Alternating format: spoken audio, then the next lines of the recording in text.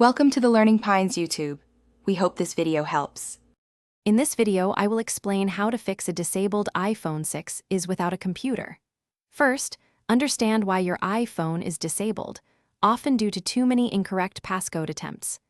Ensure your device has at least 25% battery. Then, try a forced restart by holding the home and power buttons simultaneously until the Apple logo appears. This can resolve temporary software issues. If a restart doesn't work, your best option is using Find My iPhone.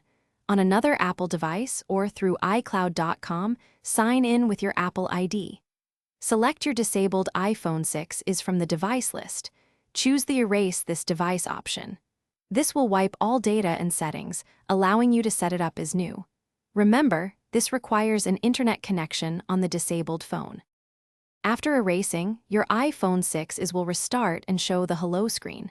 You can then set it up as a new device. If you have an iCloud backup, you can restore your data, apps, and settings during the setup process.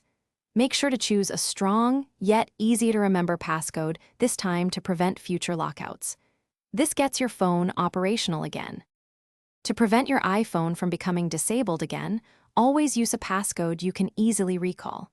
Consider enabling Touch ID for quick and secure access.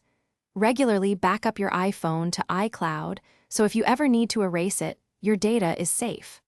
Also, keep your Apple ID and password secure, as they are crucial for managing your device remotely. Thanks for watching. Consider subscribing if we helped you.